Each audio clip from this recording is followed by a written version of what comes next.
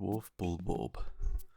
Although initially identified as a juvenile bulbob, groundbreaking new research indicates that this creature is in fact a member of the breadbug family.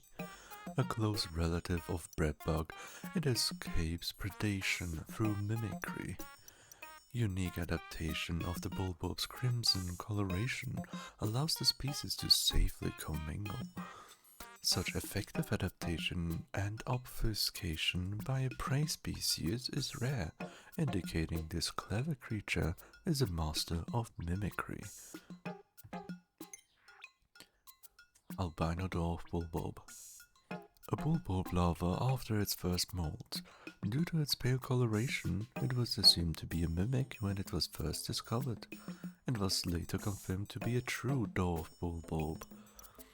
To avoid predation from adult bulbobs, it spends the majority of the daytime hours hiding on the ground. It becomes more active at night when its paler coloration is more difficult to see.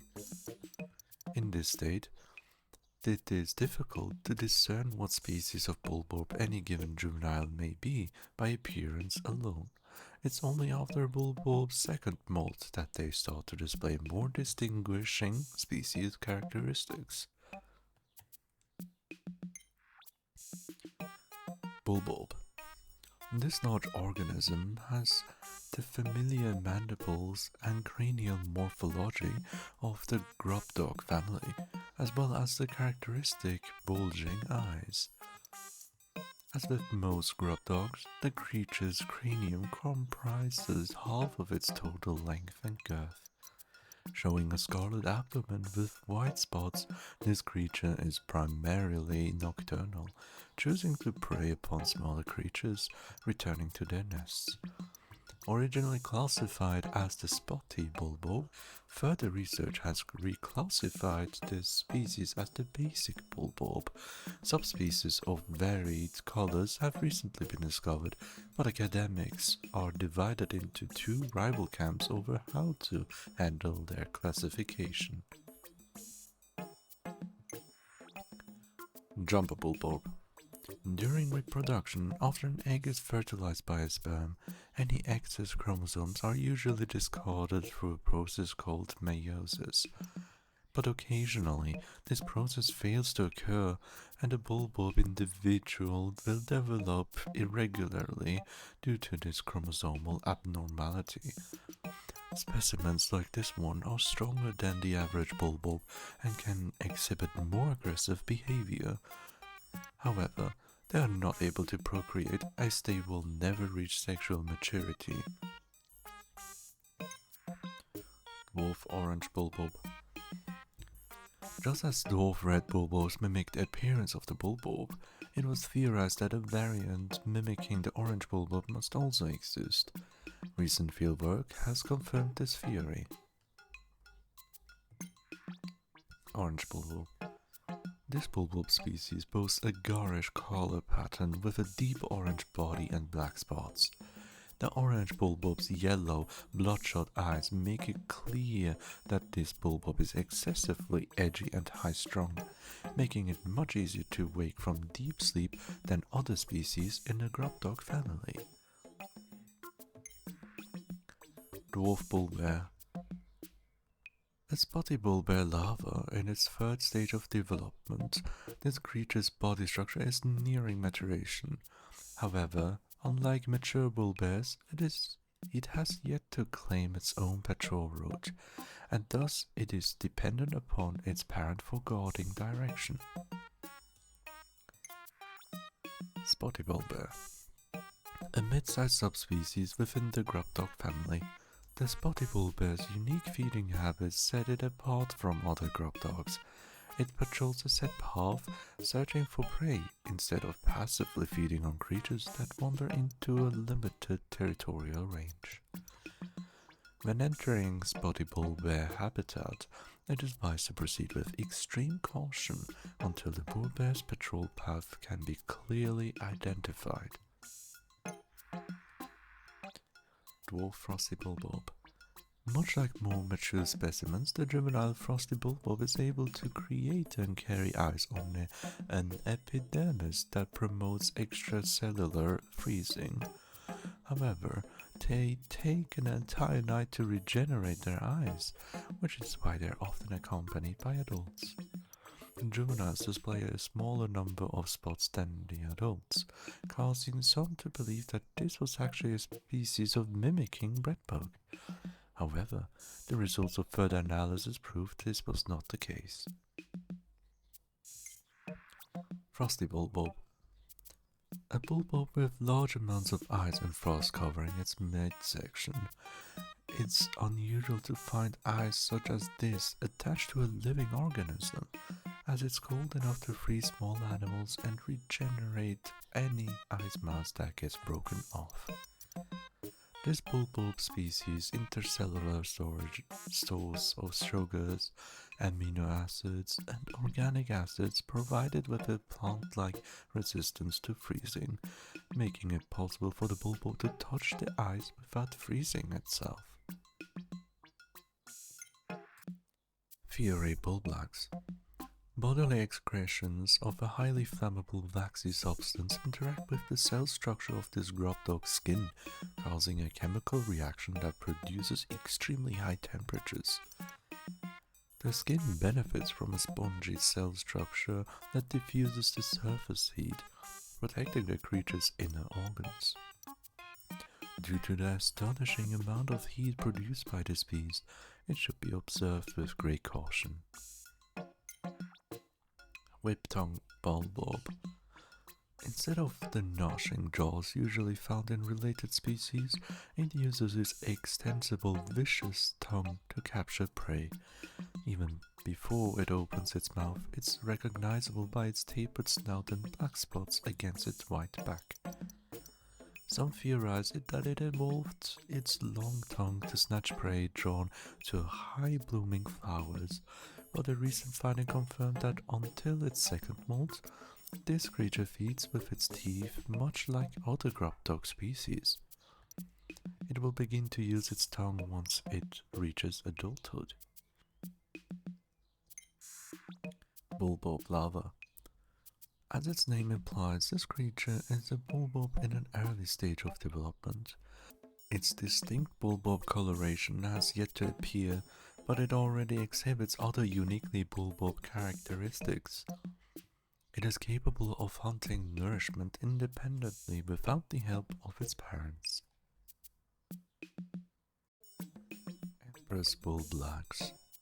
Initial observations placed doubt on the capability of the grub dog family to support a strong ant or bee-like social structure, but recent studies show the family is capable of such complexity for brief periods when certain external parameters are met.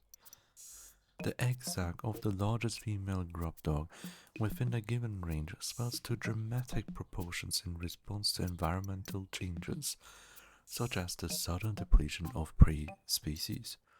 These females temporarily take on the role of pack matriarch.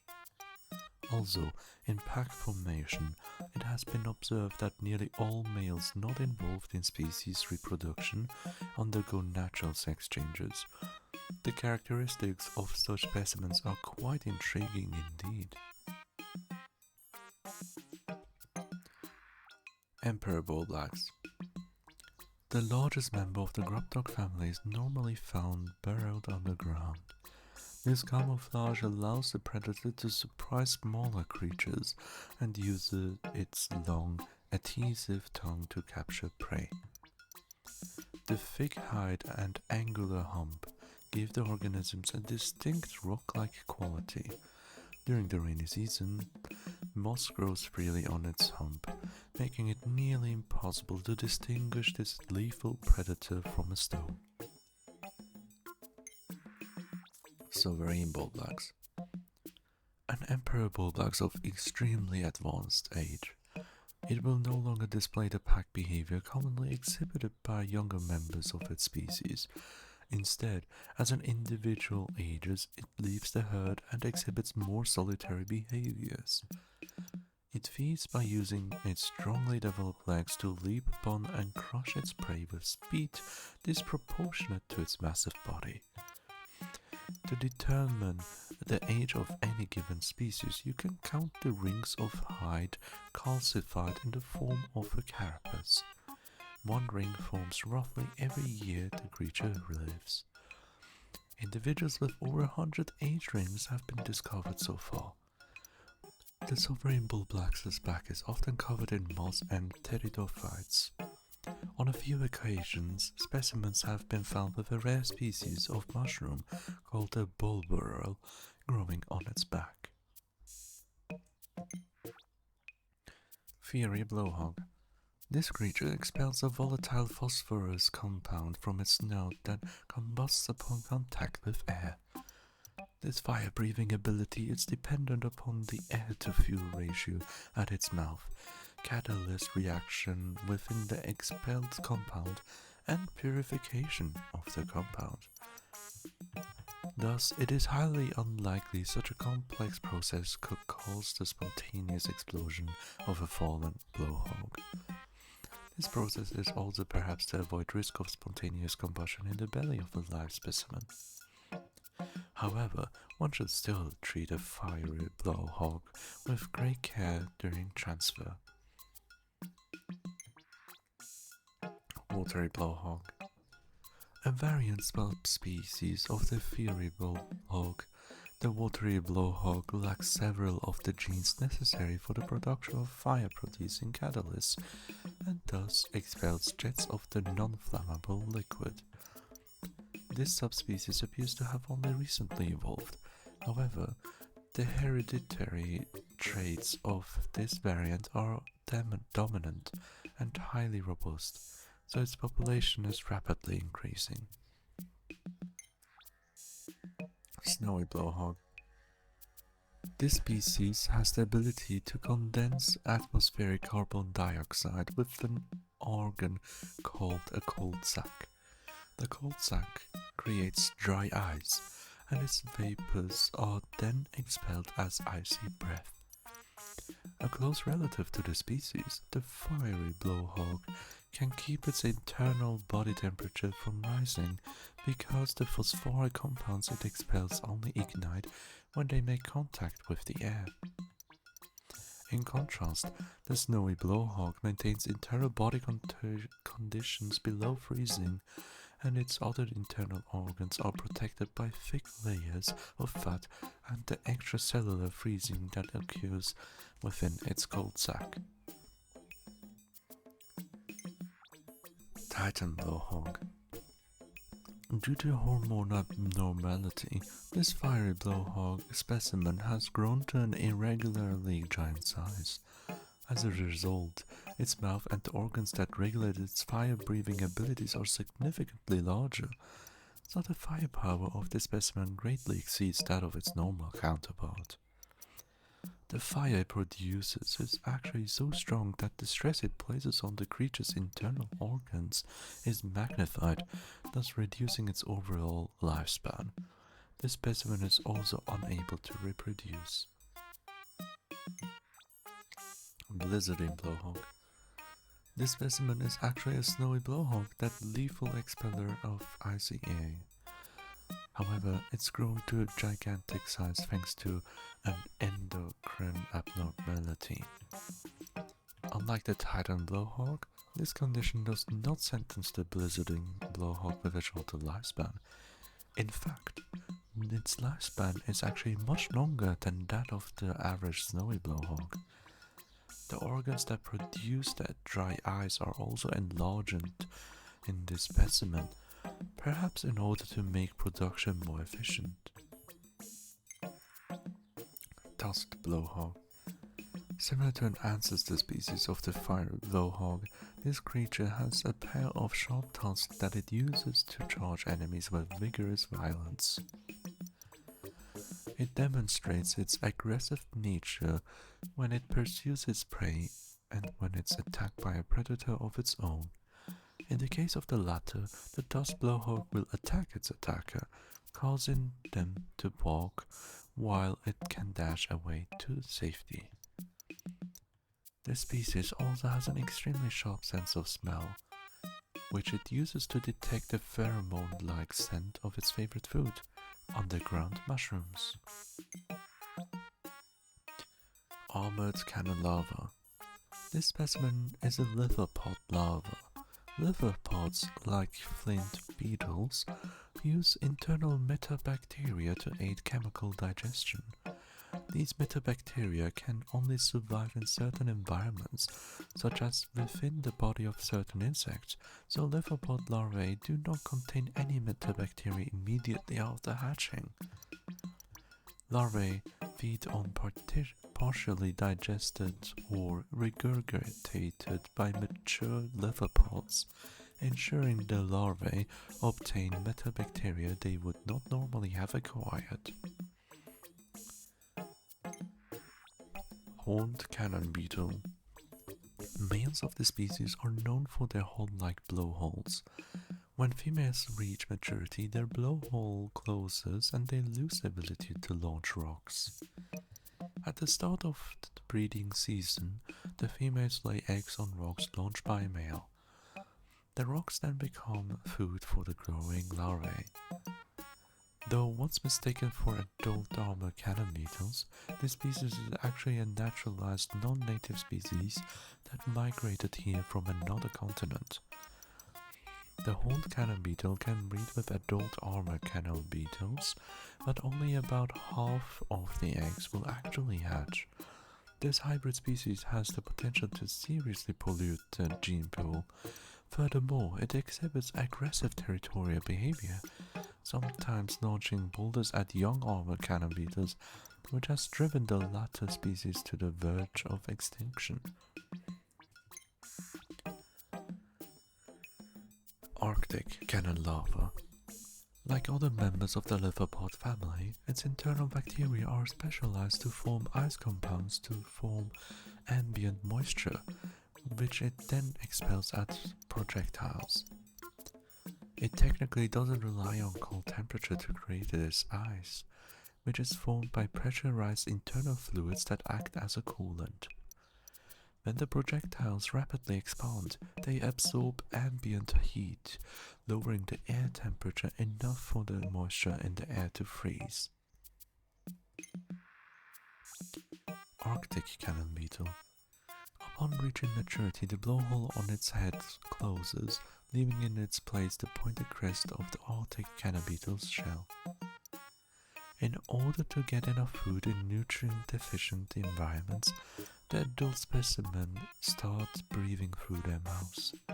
Some experts have posited that this adaptation caused the species to lose territorial competitions with the armor cannon larva, driving it into colder environments.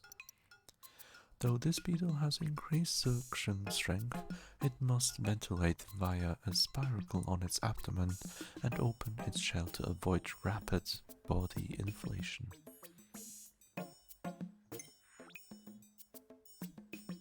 Female shear grub. The males of this species are purple and black creatures with tapered mouths, while the females are lighter in color and lack an armored exoskeleton. As with most mandiblots, these creatures have regressed to the point where they have lost both legs and wings. They can be seen crawling around on the ground and are believed to feed on vegetable extracts from the congealed fluids of expired Pikmin. Male shear grub. This specimen is a male shear grub.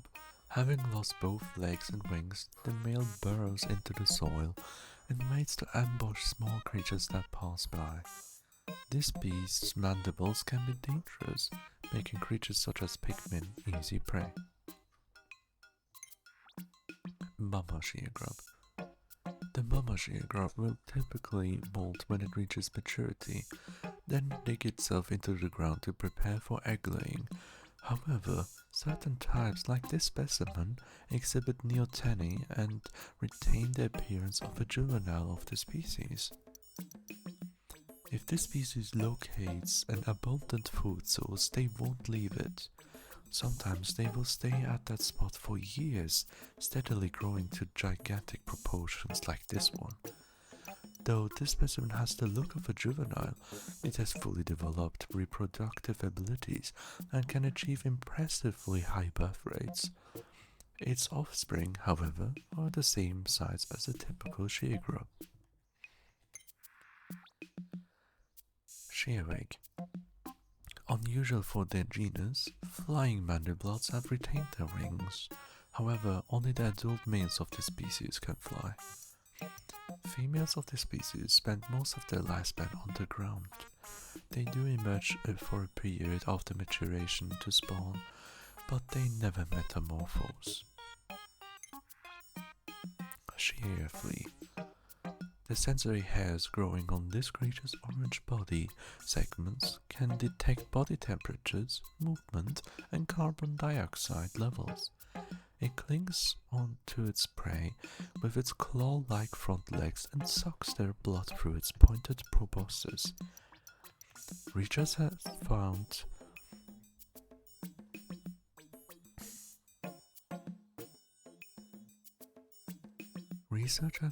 that the shear flea can store energy created while contracting its bellows-like body in the elastic proteins located at the roots of its hind legs, allowing it to repeatedly jump very high. Its reproductive rates are rather explosive. A small group of egg-laying females can boom into a population of 100 in a month's time.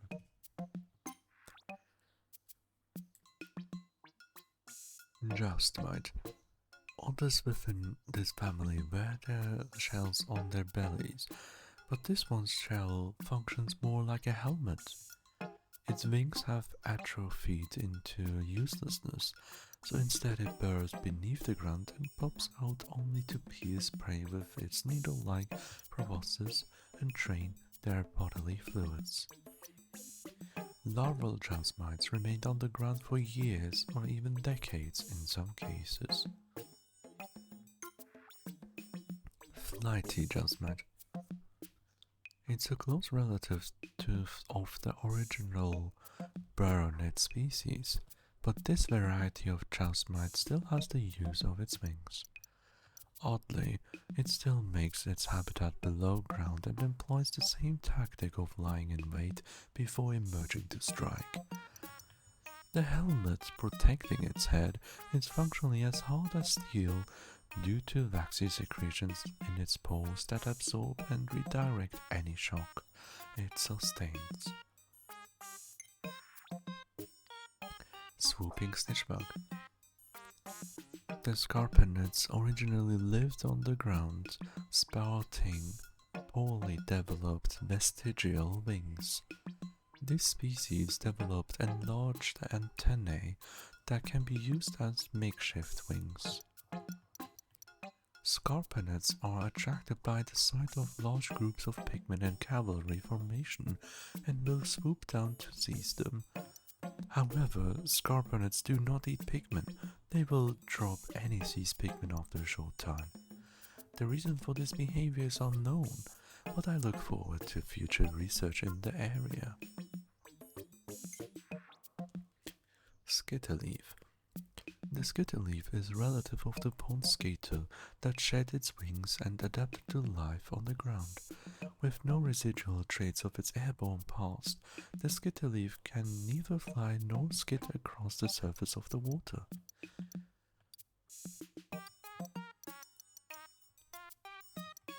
The wings have since evolved into the leaf-like structure on its back, which serves to hide the skitterleaf through mimicry. It appears to be quite effective, as few predators can see through its clever disguise. Desiccated skitterleaf. This skittering variant that resembles dead leaves. Its legs have developed in specific ways. The front claws capture prey, while the flat behind legs are suited for running and swimming. Its highly tuned sensors keep it still for any creatures but Pikmin. Once it gets its claw on its prey, it doesn't easily let go. Recent research has revealed that its camouflage has a second purpose beyond hunting. Scavengers are fooled by its disguise into carrying its eggs, thereby expanding the population. Fury the Dweevil. Members of the Dweevil family are known for carrying objects of astounding size on their backs, then mimicking them. The Fury Dweevil is one species in this family. Generally, this is a very gentle insect that feeds on grass nectars, but when faced with danger, that Fury Dweevil ignites flammable internal gases, juts out of its jaw, and spews scorching flames. As this clearly makes it a rather dangerous insect, it is best not to linger directly in front of it. A note Dweevil. Members of the Dweevil are known for carrying objects of astounding size on their backs and mimicking them. The Anode Dweevil is one species in this family. They seem to have no particular preference for which objects they carry on their backs, as they will carry anything they can lift. They boast an internal organ that generates electrical charges, which the Anode Dweevil releases when it senses danger. Hydro Dweevil. The Hydro Dweevil is one member of an insect family known for mimicking objects by carrying them on their backs. Several points of differentiation with other members of the species have been confirmed, such as body color and behavioral patterns, but none of these suggest major deviations in the creature's genetic structure. This makes it clear that it is a relative of the family. When attacked by enemies, the Hydro Dweevil spits out bodily fluids in response. Spacesuits corrode and oxidize when they come in contact with this liquid. Ice-blown Dweevil. Dweevils have varying body colors in response to their feeding habits.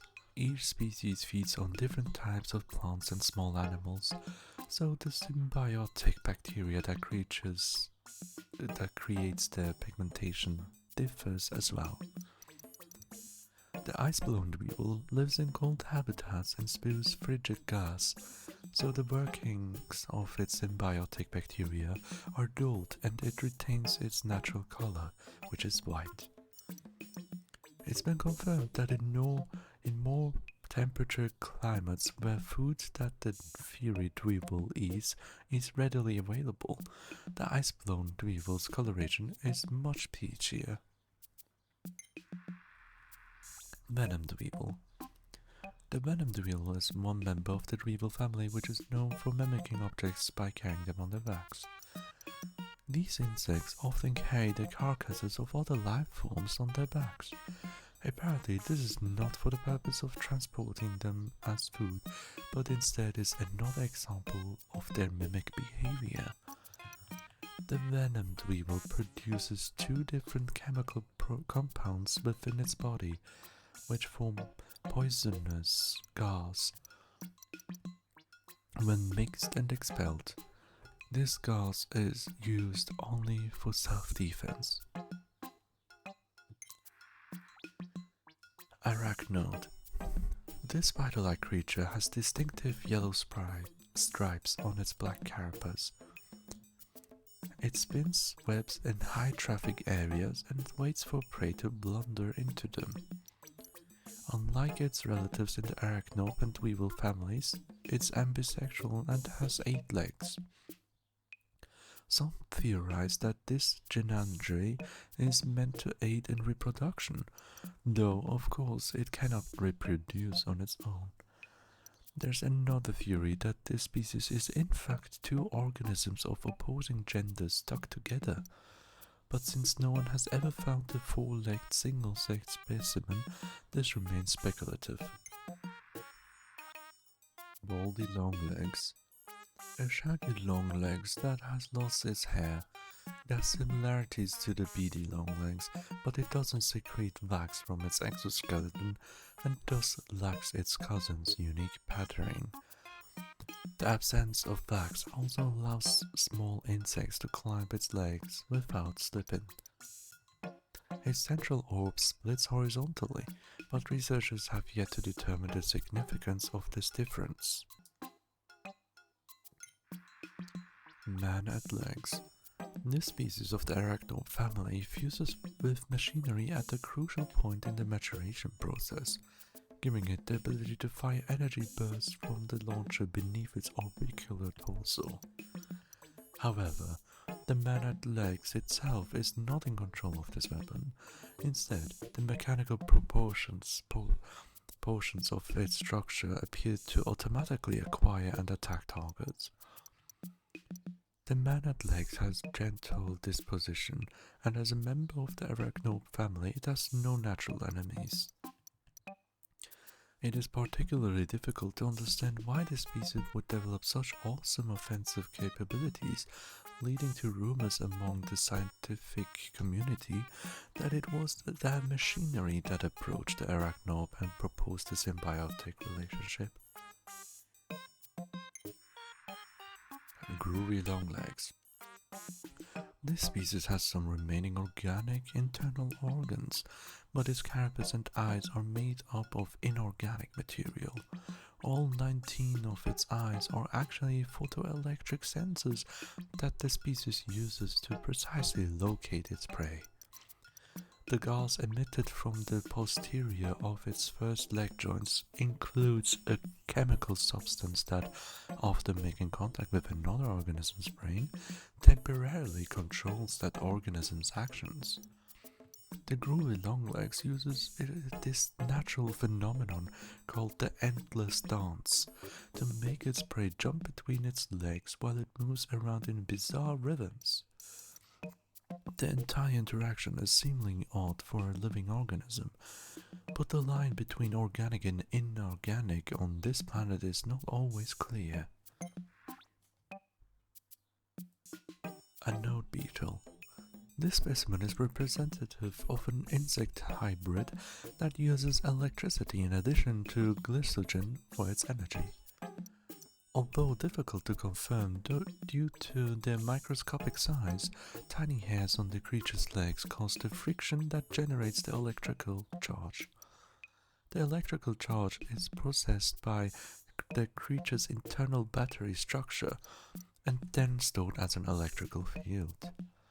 As this field reaches critical levels, surplus electricity is emitted, resulting in a low voltage current that is transmitted between specimens. It can shock other creatures in the immediate vicinity.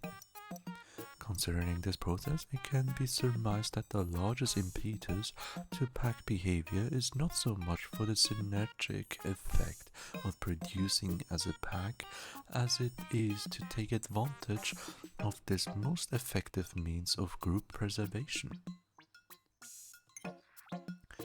Iridescent flint beetle. Flint beetles are known to hide in the grass until approached, at which point they jump out and scurry around. These creatures keep undigested food pellets in their stomachs to sustain them through winter, but given the right stimulus they will split them out. Spit. Recent research has revealed that these pellets are enveloped in a membrane that seals and preserves them in a sterile, airtight environment.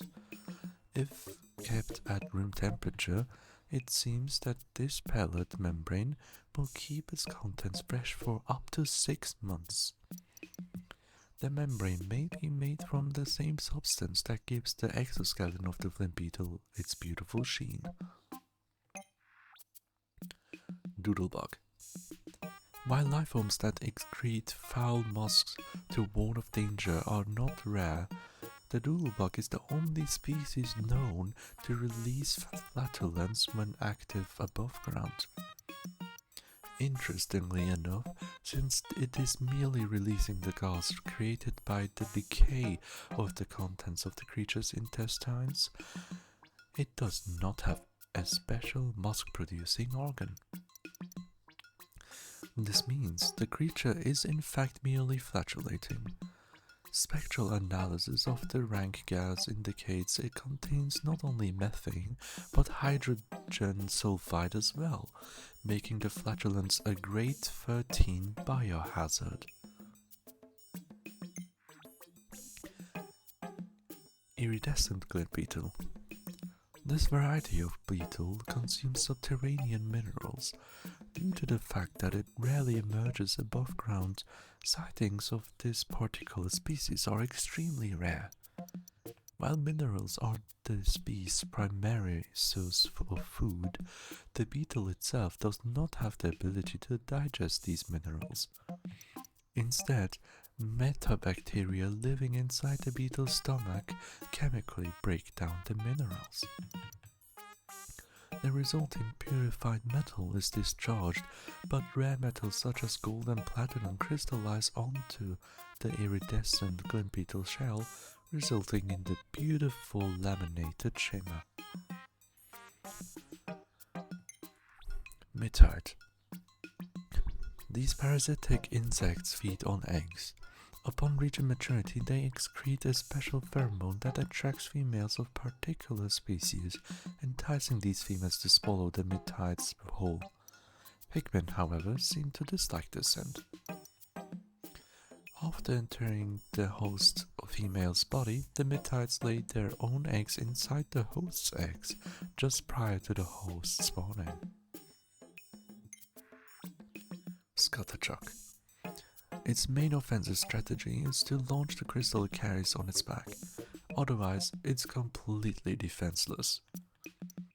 In most circumstances, it's peaceful herbivore whose diet consists primarily of moss. When in danger, however, it wastes no time defending its territory by breaking small rocks and hurling them at the threat. In order to ensure it has a steady supply of rocks with which to defend itself, it shares its habitat with calcified crush-blood larvae, so it can make use of the shells they cast off. Skeeter skate. It skates on water at high speed thanks to tiny hairs on the tip of its feet. These hairs are coated in an ultra-hydrophobic substance to minimize friction against the water's surface.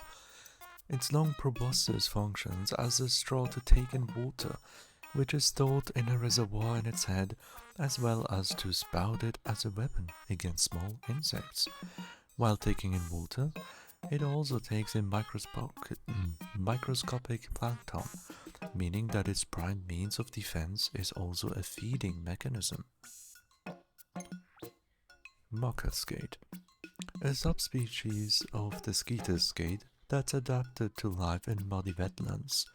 It uses its straw-like proboscis, the inside of which is packed with densely grown hair, to capture any plankton living in the mucky water and filter out everything else.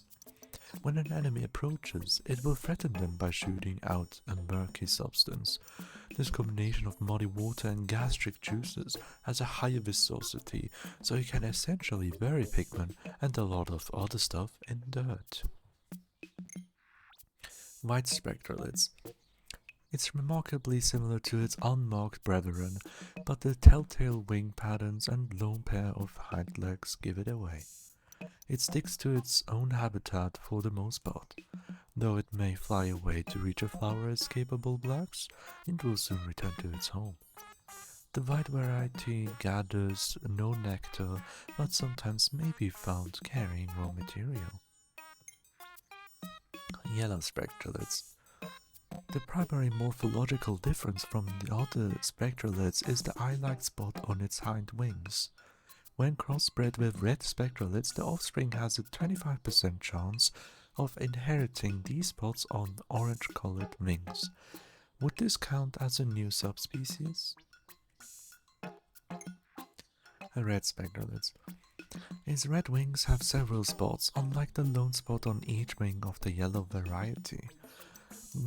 Its scales contain trace amounts of ultra-spicy flakes, which are mixed into its saliva as it sucks up the nectar from flowers. The combined flakes, saliva, and nectar are refined into ultra-spicy nectar inside the creature, which it uses as a growth supplement for its eggs. Despite this, its reproductive capabilities are quite low. It is for this reason that the red variant fetches astronomical prices among collectors. Snowflake fluttertail. The cooling cycle in its body uses ammonia as a refrigerant to chill the moisture it absorbs from the air until it reaches a supercooled state. By then spraying it out of several vents on its belly, the snowflake fluttertail creates a delicate cocoon out of ice to both protect itself and freeze its prey. Its rolled-up, spirally proboscis evolved from an upper jaw and can catch and tie up prey with the fine hairs on its surface. Though it mimics a type of swallowtail butterfly, this creature is actually more close related to moths. One might extrapolate that its ancient ancestor was unable to adapt to the cooling climate and therefore went extinct. Creeping chrysanthemum. Like Pikmin, the creeping chrysanthemum is a member of a group of creatures with ambulatory root structures. This creature is known as a mimic, but because it is actually a form of a plant, this label is not entirely accurate. It uses its mimicry to lie in and wait and ambush prey, unrecognized even by Pikmin despite being members of the same class of organisms. It relies on preying upon other creatures to provide sustenance, so it has no need of leaves for photosynthesis. Generally speaking, the role of plants within an ecosystem is a producer species, and thus plants are generally found at the bottom of the food pyramid. However, on this strange planet, the line between producer plants and consumer plants is blurred. Status Ball. The defining characteristics of the fungi that grow from its head differ from that of the chrysanthemum family's creeping chrysanthemum, but the makeup of the body out of which they grow is mostly the same. As a result, we can theorize that, like fellow Ambiloretices, the bulbmen, this species is not an evolutionary variation, but that the body is a parasite that has nestled inside a group of mushrooms. Because the hosts are mushrooms, the startle spore cannot photosynthesize. Instead, it gains nutrients by catching its prey with highly poisonous fluids, or by absorbing the nectar in the ground left behind as creatures killed by its poison decompose. Breadbug. The adult breadbug competes for many of the same food sources as Pikmin, but its thick-skinned hide allows it to withstand most Pikmin group attacks. However, some researchers claim to have observed breadbugs being overwhelmed by massive numbers of Pikmin and reduced to food. Giant breadbug. This gargantuan species of the greater breadbug family has a torso so perfectly square that it almost seems like it was formed in a mold. For a brief period after birth, the giant breadbug competes for food with smaller breadbugs, but upon reaching maturity it seeks out much larger prey. This is the primary reason two species with similar feeding habits can coexist in the same habitat. Hordes of Pikmin appear to pose the only possible threat to this massive creature's life. Gildebanui. Immediately after hatching, this species presents itself in a gilt tadpole-like form and grows its legs after about a week. This juvenile Gildemander specimen is estimated to be about 1 month old due to the presence of an oar-like growth on its back, and the fact that it has already emerged onto land. The living ore has substances similar to treasure within it, a peculiar scent, and has an effect on both sensors and Pikmin. However, the lantern organ on its head is still undeveloped and can only emit very faint electromagnetic waves. For this reason, juvenile Gildemanders often hide out of sight to avoid Pikmin attacks. Gildemunder.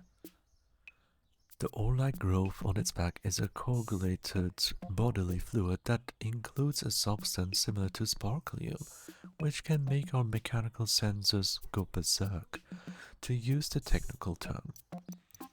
This living ore emits a scent that lures the creature's prey, so it's also important for their feeding process. The lantern-like organ atop its head emits electromagnetic waves that are known to affect Pikmin and onions, confusing them into thinking the Gildemunder is their leader, allowing it to withdraw Pikmin directly from the onion. However, it cannot go so far as to command them as a squad, so the Pikmin will often hide under cover and are able to avoid ingestion. Miniature Snootwhacker. Immediately after birth, the species' skin starts to harden, and before long it will reach the same impenetrable toughness as that of an adult. Adult Snootwhackers dexterously use their trunks to grab food from high tree branches, but juveniles consume fruits and nuts that have fallen to the ground, as well as other types of terrestrial flora. This specimen's leg and torso muscles are underdeveloped compared to those in their nose, so they lack the strength to maintain their posture and easily lose their balance. Mammoth Snootwhacker. The long nose on the specimen has neither bone nor cartilage, but is made up entirely of muscle and can be flexibly curved and extended. Its tough hide consists of densely layered collagen lattices that cover almost its entire body, leaving only the regular skin on the belly exposed. The fully developed trunk is large and quite heavy, so the mammoth Snootwhacker usually rolls it inward to carry it closer to its center of gravity. But if its territory is invaded, it will extend the trunk and flail it around, even using it to strike a perceived enemy. Just like a juvenile Snootwhacker, their nose comprises a disproportional amount of their body weight, resulting in poor balance. If attacked from behind or from the side, even an adult of the species is easily knocked over. Sunsquish. A type of primitive organism called a protochordate. In its juvenile state, it has a skeleton-like structure called a notochord. It flaps its finned tail to move and lives within other creatures' eggs as it grows.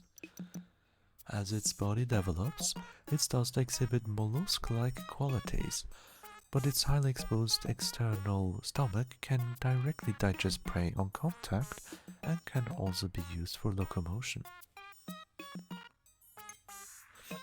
Fulix. A member of the Gulix family, this primitive lifeform is made up of a single cell, which is quite odd given its size. Its nucleus is shaped like a bulbous star, and individuals move by using the fin at the end of its flagellum-like tail to quickly expand and contract its gelatinous body. If the nucleus is removed, its soft body loses all structure and splatters. But as long as the nucleus is still alive, the Fulix can return to its original form. Usually, the Fulix will mimic nectar and wait for its prey. Its gel, which includes fire-extinguishing fluids, will then expand to capture and feed on unsuspecting organisms. Downy Snagret. Due to a common phenomenon known as imprinting, this baby will recognize anything that he sees or hears within a given length of time after it hatches as its parent, and consequently follows it around. However, the Downy Snagret has two specific conditions for imprinting. The first is that the target must be tall and blue, and the second is related to the sound of its cry. This means that it will never make a mistake with something as small as we are, and will instead recognize it, or us, as food. Since it is still a fledgling, the Downy Snagret does not go underground to feed, Instead, it stays on the surface where there is plenty of food. It looks harmless enough, but beware. Its parents may be hiding nearby until the baby is old enough to fend for itself. Burrowing snagret. The majority of snagret species lie in wait to ambush and capture prey, with a body type perfectly adapted to such sudden strikes. It violently attacks small surface-dwelling insects. Distributed across a relatively wide range, subspecies of snagrets suited to the varying soil conditions have emerged, making the snagret the most geographically represented species besides the bulbulb. Visually resembling the burrowing snagret is the burrowing snarrow, the range of which partially overlaps with the snagret's range. While the two may appear similar, when pulled from the ground they can be distinguished by the presence or absence of tail and wing markings. Waddlequaff. Its overdeveloped respiratory muscles allow it to suck in large volumes of air through its long, thick beak while feeding. Its feathers are too small to use for flying. The current theory is that it is due to its niche position in the ecosystem being quite secure thanks to a lack of natural predators and little competition for food in its habitat.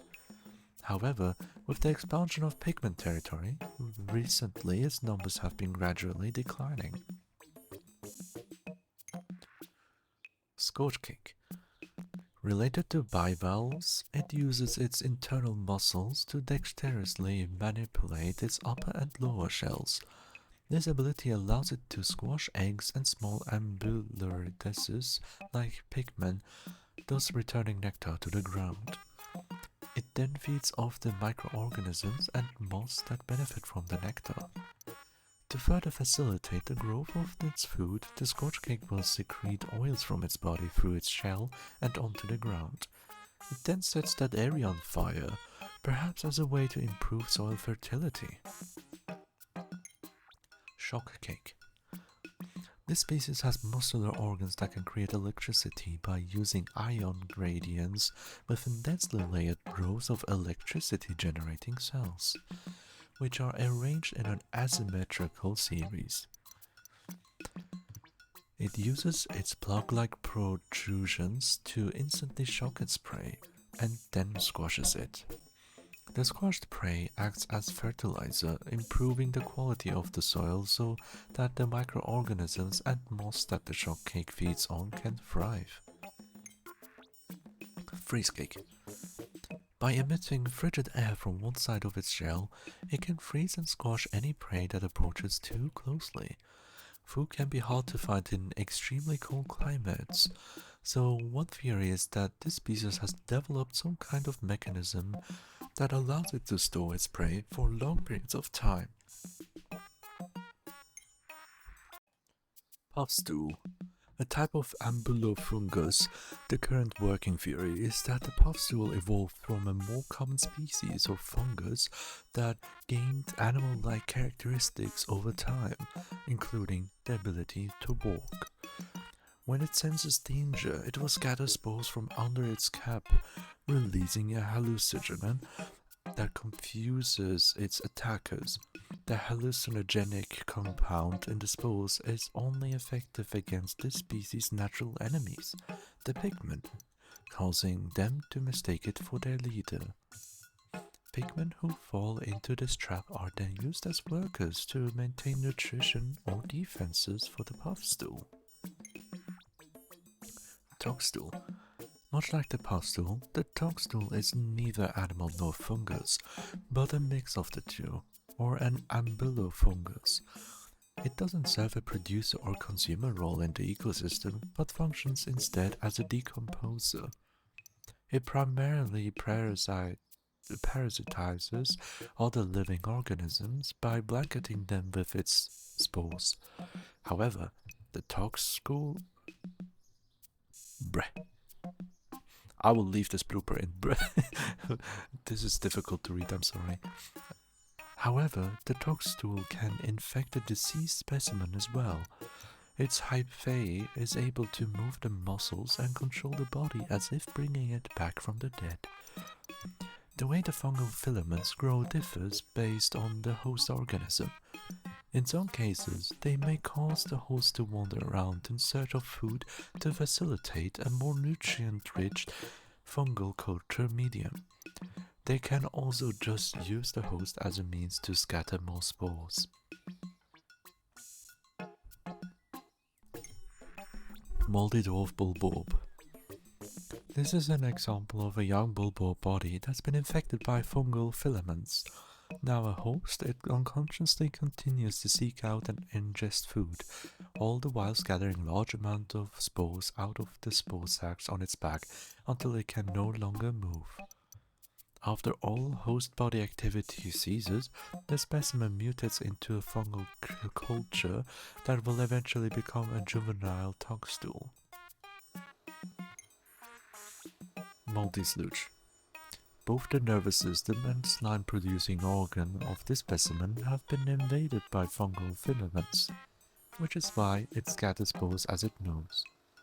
It will also shake spores onto other creatures, thus infecting new hosts and expanding the toadstool's habitat and range. Once the host body ceases to function, it can no longer serve as a fungal culture medium because its bodily fluids dry up and the corpus shrinks. At that point, the host body is abandoned. Pyroclasmic sludge. A species of terrestrial snail coated in flammable mucus instead of the traditional shell. The creature stays lubricated through constant secretion of mucus so that the fire never reaches its skin.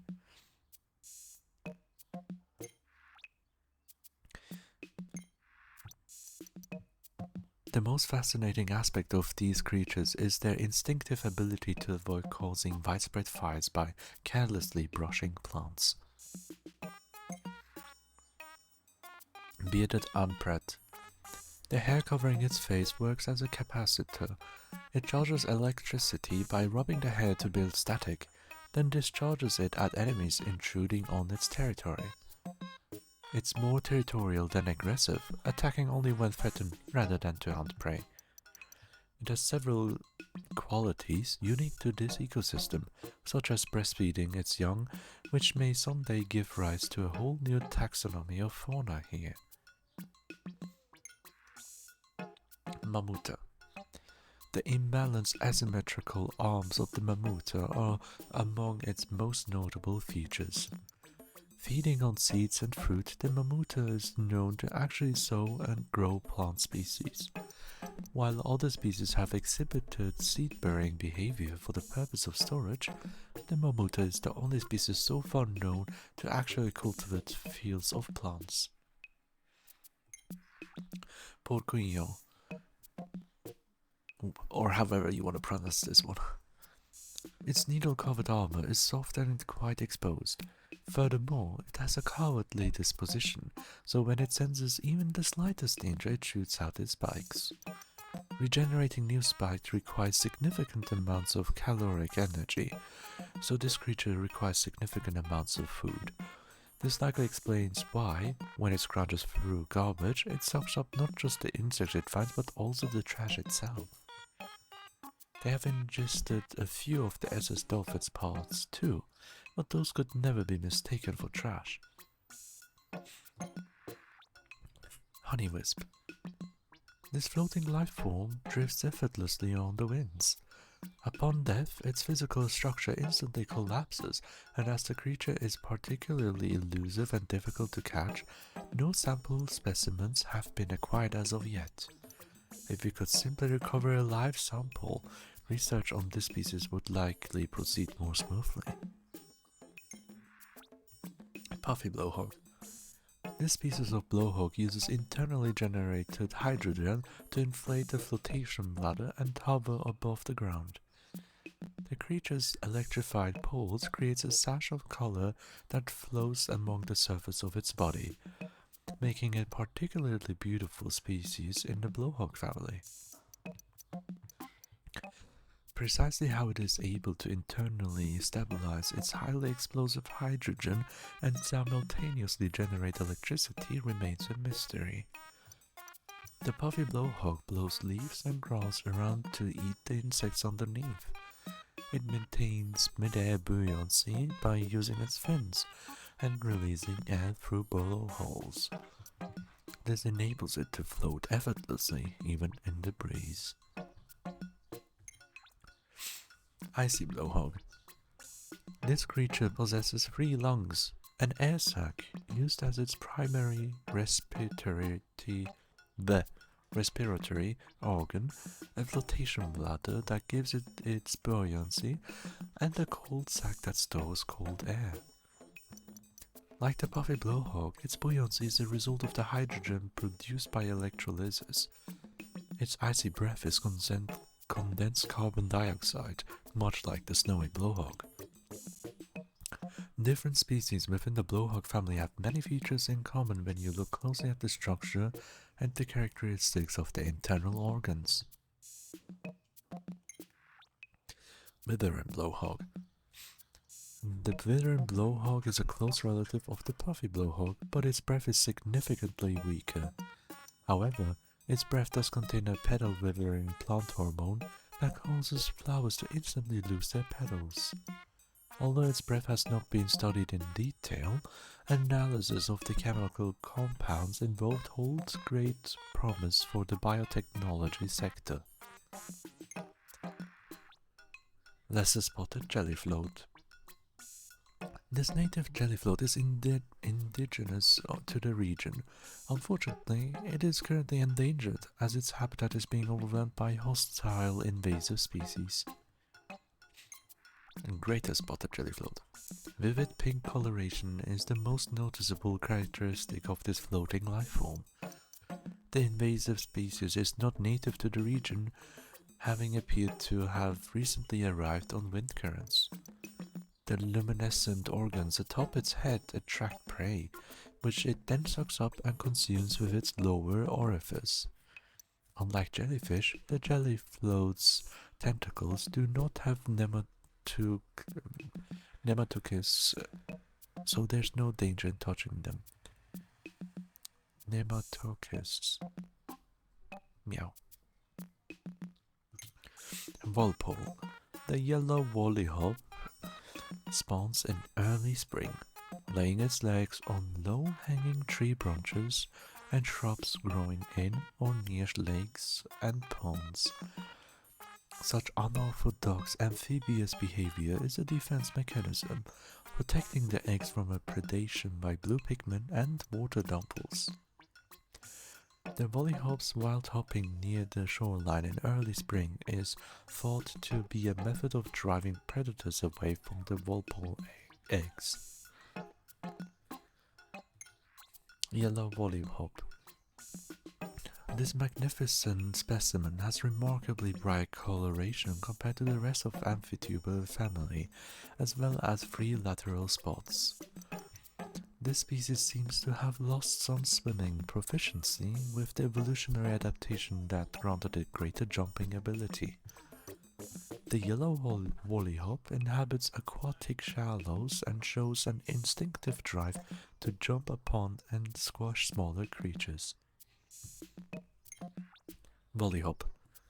It is believed that juvenile woollyhops were once carried by underground currents into caverns, where they thrived in dark habitat. This troglodytic species of woollyhop's coloration results from generations of cave dwelling and lack of sunlight. Comparative differences between the size and shape of this woollyhop and other species are thought to be the result of natural selection at work, choosing traits better suited to life in subterranean environment. Jellyhop. When squashing prey with its mighty leap, the jellyhop secretes a bodily fluid made up of ammonium nitrate, urea, and water. This causes an endothermic reaction that rapidly freezes its prey, making its attacks all the more lethal. After squashing the prey, it gets sucked up through the chili hop's belly. Since this species can store its food in a slightly chilled state without eating it for a time, it easily adapts to environments where prey is scarce. Scarce, I know. Master hop. It's widely believed that yellow woolly hops and other related species can continue to grow until they stop breeding, but after that their growth rate plummets. However, in safe environments, ones that lack natural predators for example, some individuals of the species may forego reproduction altogether and continue growing until they reach gigantic proportions. The yellow woolly hop's telomerase enzymes are particularly active, which prevents the body's cells from aging. Under the right conditions, it's not unusual for some individuals to reach over 50 years in age. Water dumple.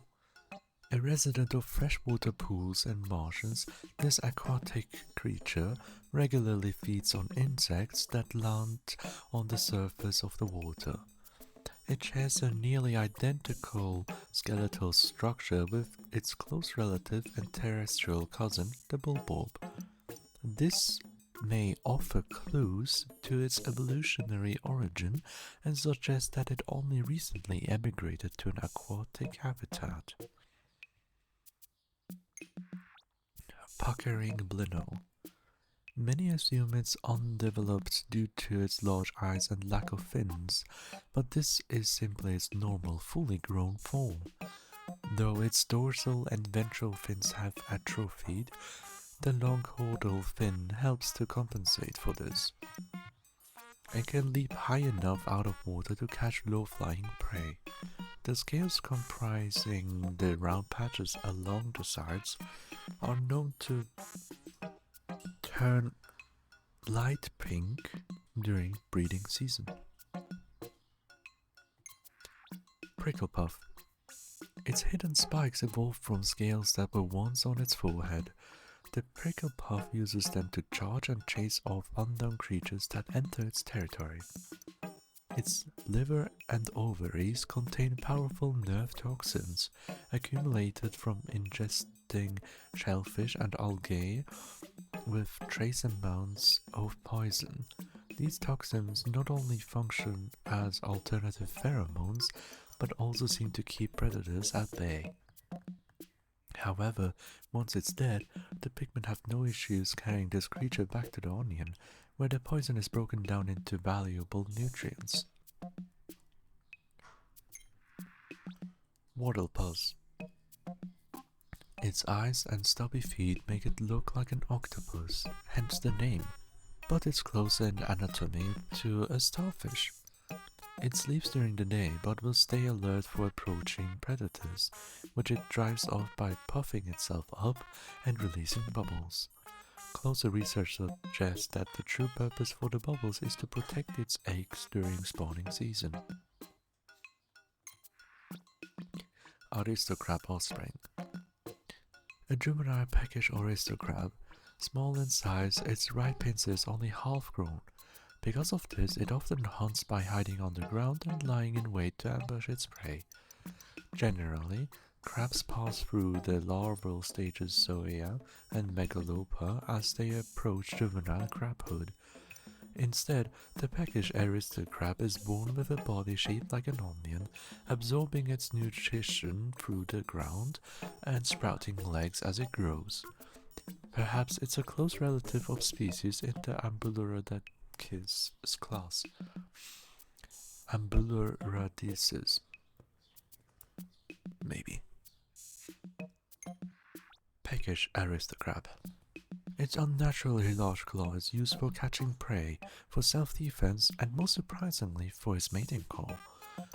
Most aspects of the aristocrab's life revolve around it, which may explain why they become fearful and docile when the claw is damaged. It would also account for the claw's remarkable regenerative capabilities, which can restore it completely in a single night. It is also known to blow bubbles when under attack, but this is a result of it venting from the wrong discharge valve when under extreme stress. Grubchucker. This bipedal creature walks upright, so its motion is noticeably slow, but the long reach of its pincers is useful for catching prey and tossing it into the wide mouth on top of its head. When young, this mouth stays closed and the grubchucker lives on things like shellfish, nuts, and fruits, eating using the small trophy located behind the feelers below its eyes. As it grows, its sincipital mouth opens and it can start eating larger quantities of food. It has few natural enemies, primarily due to its height. However, it's often found in dimmer wetlands or underground to protect the soft top of its shell from the sun's rays. Hermichromad. Looking at the eyes and sickle-shaped legs characteristics of squillas, one would think this is a squilla relative. In fact, it is a relative of the hermit crab. This species, however, has migrated from seaside life in a shell and instead inhabits burrows and in the underground. While its legs appear sickle-like, they are like pincers that have evolved into a fin shape. This beast feeds on small creatures that pass by its lair, dragging them inside to eat them.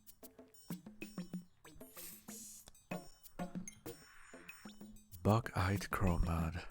Like its cousin the hermichromad, it makes its home in a burrow rather than a shell. It has an abnormally overdeveloped eyes, with which to detect prey in cloudy water or low visibility mud. These enormous eyes can perceive circular polarized light, as well as the ultraviolet and infrared spectrum. It is well protected from predators, allowing it to live for upward of 50 years and grow to immense size by repeated ecdysis. Crusted rumpub. Its body is covered in a hard carapace, and it has an extremely ferocious personality. It spreads its sharp fanged jaws to catch its prey. The crusted rumpub suffers from poor vision, but it uses the fine hairs on the lower part of its tail and the ball-shaped sensory organ at its tip to detect faint quasi-electrostatic fields emitted by other organisms. In short, it has other ways to sense its predators and prey. Pearly clam. Using the pearl that takes shape inside its body as bait, this creature lures its prey into its interior and traps it within its shell to feed. It's also worth noting that this pearl may just be an amalgamation of outside materials wrapped in a viscous gelatin exterior. On the frequent occasions when it cannot gather food for itself, this creature can also obtain nutrients when the symbiotic algae within its body photosynthesizes. For this reason, it can often be found with its mouth open on shoals or sandy beaches that get a lot of sunshine. Toady Bloister. This species of creature has yet to complete its evolution from bloom-capped bloister to the more advanced ranging bloister. Compared to the latter, this creature is substantially smaller. The fact that its mandibles do not protrude as significantly as the ranging bloisters is due in part to the fact that, like most mollusks, its vital organs are located deep within the creature's carapace. The flower-like appendage on its back is actually a gill. It prefers a watery habitat from which it can capture unsuspecting small prey with its sticky tendrils. Bloom-capped bloister. The origin species from which the ranging and toady bloister evolved, it still carries a large shell on its back.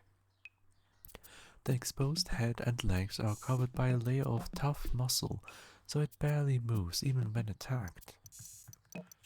On the other hand, it has extremely sensitive flower-like gills that are characteristic of the mollusking family. When the gills are touched, the bloister cannot breathe and must open its shell, exposing its soft body. Amphibious with a gentle demeanor, it simply swallows up anything that happens to enter its field of vision, kind of like a living vacuum cleaner. Bog swallow. This species prefers to inhabit cloudy, stagnant water like that in swamps, and it spends most of its life buried in mud and hiding. Using its 6 eye-like sensory organs, it can detect minute movements in the water and vibrations on nearby land. It will then forcefully leap out of the water and suck up its prey to feed. With its entirely cartilaginous skeleton and somewhat primitive features, like its round chinless mouth, it appears to be some sort of primeval creature. Cartilaginous. Ha! There you go, I can pronounce shit. Another blooper for you. Moving on. Water wraith. All that is known about this creature stems from a few sightings deep on the ground. All reported sightings feature the same core set of details. A giant, vicious form with a clear, hazy sheen not unlike hard candy. One theory holds that it may be the ectoplasmic incarnation of a kind of a psychic phenomenon, but as is usually the case with such theories, it is very difficult to prove. All witnesses report being suddenly overcome with fear upon sighting the creature, approaching a state of panic and near insanity. In fact, every report contains an inordinate amount of extremely vague details, which has led to suspicion that exhaustion and fear have caused some simple natural phenomenon to be viewed as a living creature.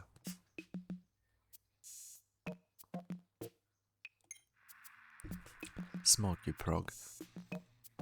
The Smoky Prog's body is constantly deteriorating, so collecting a living sample has proven difficult and research into the species has progressed at a glacial rate. However, by examining the genes adhered to the Smoky Prog's eggs, it has been confirmed that they are, in fact, mammuta eggs. This discovery allows for the possibility that mammuta that do not develop properly and hatch become Smoky Progs. If, hypothetically, a mammuta were to remain above ground at night and absorb glow sap, that might impact the nutrient levels within its egg's yolk. That change could lead to the embryo's inviability or break down its enzymes. Then, maybe. Ancient Sirehound. If we harvest mesenchymal stem cells from this gigantic canine creature and cultivate them with glow sap, the generated serum should return Oji's leafified tail to normal once administered. These results would indicate that 99.9% of the canine creature's DNA matches Oji's, and that the only difference between Oji and moss may be the natural presence or absence of a leaf tail. If these two theories prove to be true, it would suggest the possibility that this ancient creature is a common ancestor to two canine species from vastly remote star systems. And that, perhaps, there are even more hidden secrets out there that could hint at a fascinating yet inconceivable truth to the universe has yet to reveal. Moss. As far as I can tell, Moss has been a leafling pup since birth, and some of her DNA resembles that of the Pikmin. This is the one point in which she differs from Oji. When OG transformed from a standard face look into a leafling pup, I started to theorize that the Pikmin are, in some capacity, propagating their DNA in other organisms. The phenomenon in which all those castaways, including myself, became leaflings was very likely caused by being absorbed into the onion. Perhaps that process was also some sort of Pikminification of the body. Pikminified organisms can't leave this planet, so the Pikmin may have been motivated to carry out this process in an effort to secure a permanent leader. Of course, this is all a theory. Red Pikmin. Pikmin are part of the Ambularidices class, which consists of creatures that exhibit both plant and animal characteristics. A Pikmin will instinctively follow whoever plucks it from the ground, so it is quite common for them to form symbiotic relationships with another species, or accept the leader of a different species, as it serves the goal of propagating their own species as a whole. The red Pikmin is the most common Pikmin species. It can be identified by the nose-like protuberance on its head and its highly aggressive behavior. It also has a few surprising and unique qualities. For example, its immunity to extreme heat and fire, despite the fact that it's a living organism. This can be explained by looking closely at its skin and muscle fibers, which are made up of a flame-resistant cellulose. Yellow Pikmin. It's generally believed that the Pikmin body was originally the root of a plant that has evolved over centuries, if not millennia, developing structures analogues to muscles, neural networks similar to those of a brain, and more. However, yellow Pikmin possess a perfect resistance to electricity, a force which actually poses extreme danger to other organisms. Oddly enough, this species of Pikmin actually seems to enjoy electricity. Their flowers even bloom when they are exposed to an electric current.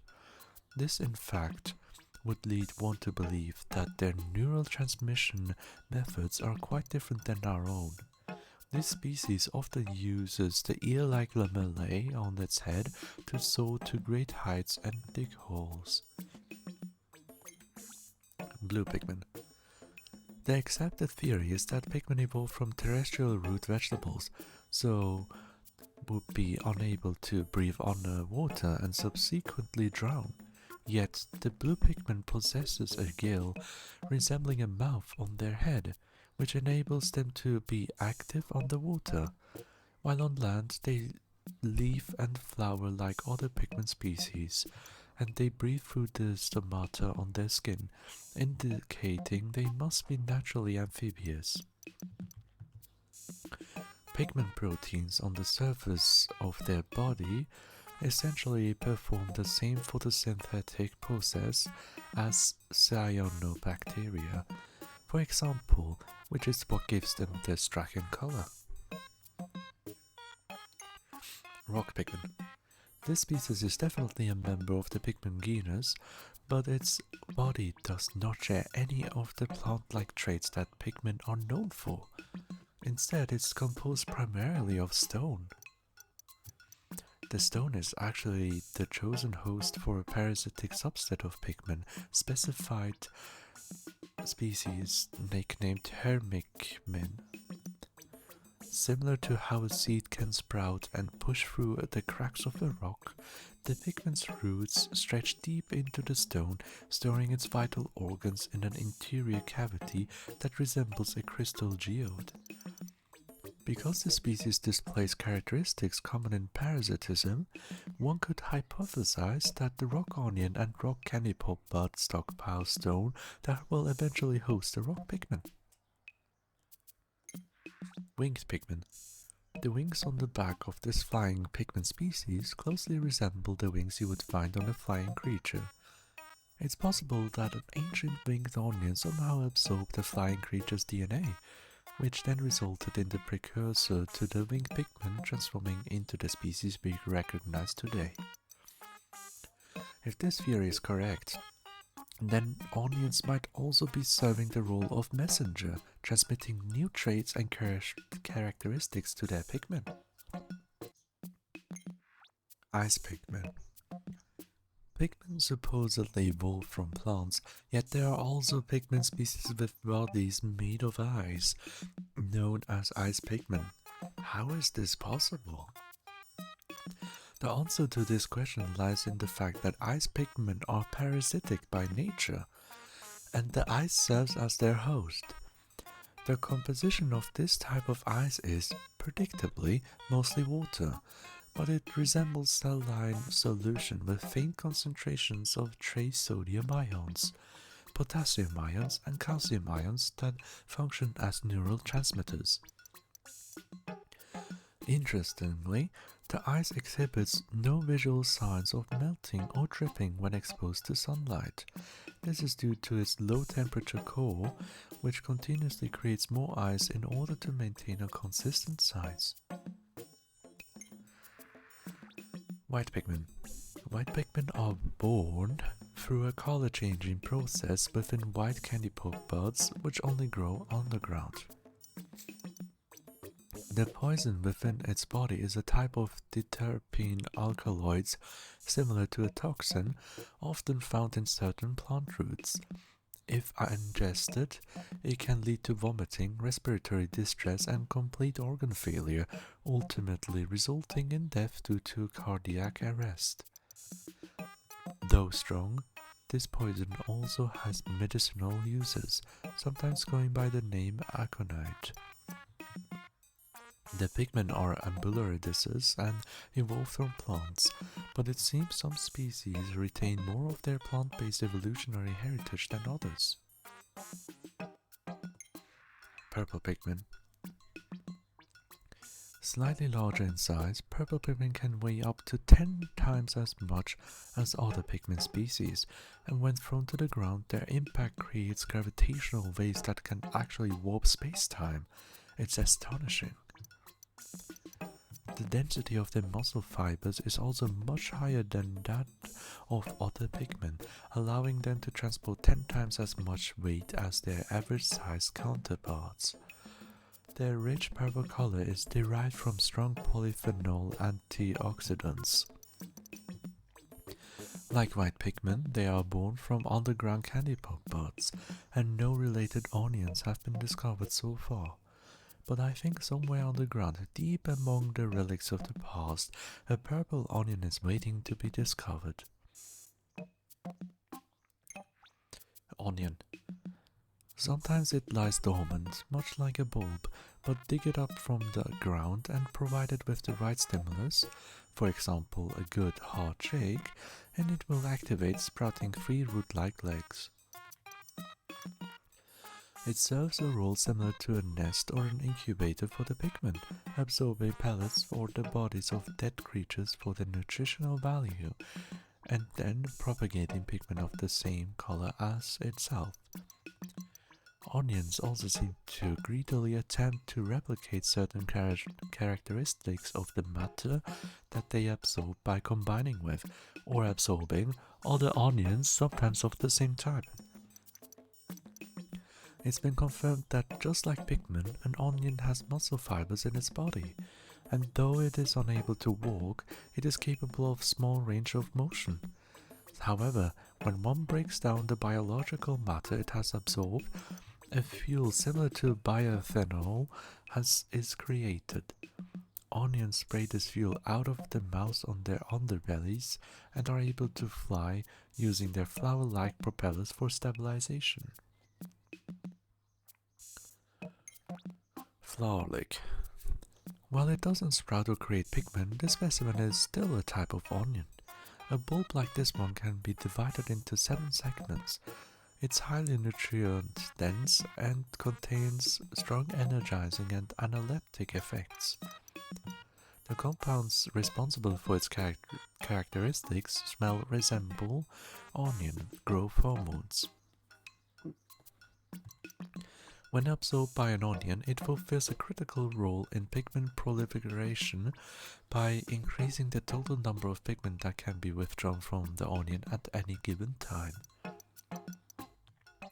Just like onions, it contains muscle fibers, but floralic has no animalistic qualities to speak of. However, if you place one near an onion, it may start to move a bit, as though it's trying to roll over so it can be absorbed. Candy pop bud. What looks like the interior of a flower is actually an insectivorous leaf that's developed into an organ. This organ releases a sweet scent from its central pistil, luring small insects into its interior and trapping them. The DNA of those captured organisms is directly absorbed by the plant cells, which might indicate that this species is attempting to evolve at an astounding speed. But in most cases, the cells essentially self-destruct. The bud then releases pigment seeds of the same color and the plant withers. Muscle fibers extremely similar to those of an onion were also found in the species, so one could hypothesize that a candy pop bud is an under or undeveloped onion. However, there aren't enough details to confirm this theory either way. Pellet posy. In the stem of the pellet posy, one can observe the muscle fiber unique to half-plant, half-animal species, such as the Pikmin and candy pop bud flowers, so the pellet posy is a species that can be considered a close relative. Although the ability to crystallize nectar is unique to a small group of the pellet weed family, the fact that these plants reach maturity so quickly and that their pellets contain such high concentrations of the natural nutrients in the soil explains why the Pikmin and so many of the other native species are so reliant on these pellets for sustenance. Burgeoning spiderwort. Like the pellet posy, while nectar is primary source of nutrients, this burgeoning spiderwort produces fruit with high amounts of super spicy compound. Both this plant and the pellet posy are part of the pellet weed family, but the spiderwort does not crystallize nectar because of the different fungi that parasitize its roots. Instead, it produces alkaloids that contain those extra piquant compounds. The alkaloids are then extracted and collected by way of the plant's fruit. Whether or not a plant produces super spicy or super sweet compounds seems to depend on the type of fungus with which it interacts. Glow Pikmin. Although they've been named glow Pikmin, it's not entirely clear whether or not this species is actually a type of Pikmin. These creatures possess the same fundamental behaviors of Pikmin, like carrying things, propagating and fighting. They also share special characteristics such as the leaf atop their head. Yet, they do not spawn from an onion but a luminol, and they are only active at night or on the ground. During the day, they revert into seeds and enter a resting state. What's even more surprising is that they exhibit no signs of life. When a glow Pikmin dies, if that word can even be used, it does not expire in the typical sense. Instead, it just becomes a form of light, or perhaps a photon, and returns to the liminal. Putting aside my scientist hat for a moment, it seems to me that this creature or entity may not be a living organism at all, but some manner of spiritual substance. Luminol. Besides the fact that they serve as incubators and nests for glow Pikmin, we know very little about the luminol's ecology. When nocturnal creatures die, a luminol can break them down into glow pellets through its strong dissolving enzymes. This matter, when condensed, becomes glow sap. One might assume glow sap is then an extremely dangerous substance, but it has hardly any negative effects. In fact, I've had it administered to me personally as a curative medicine to break down growing leaves. Luminoles will only appear in places where an onion was located earlier in the day, and since they propagate glow Pikmin, one could surmise that they are rhizomes from those onions. Perhaps using its dissolving powers, it returns the nectar that supports the ecosystem back to the soil.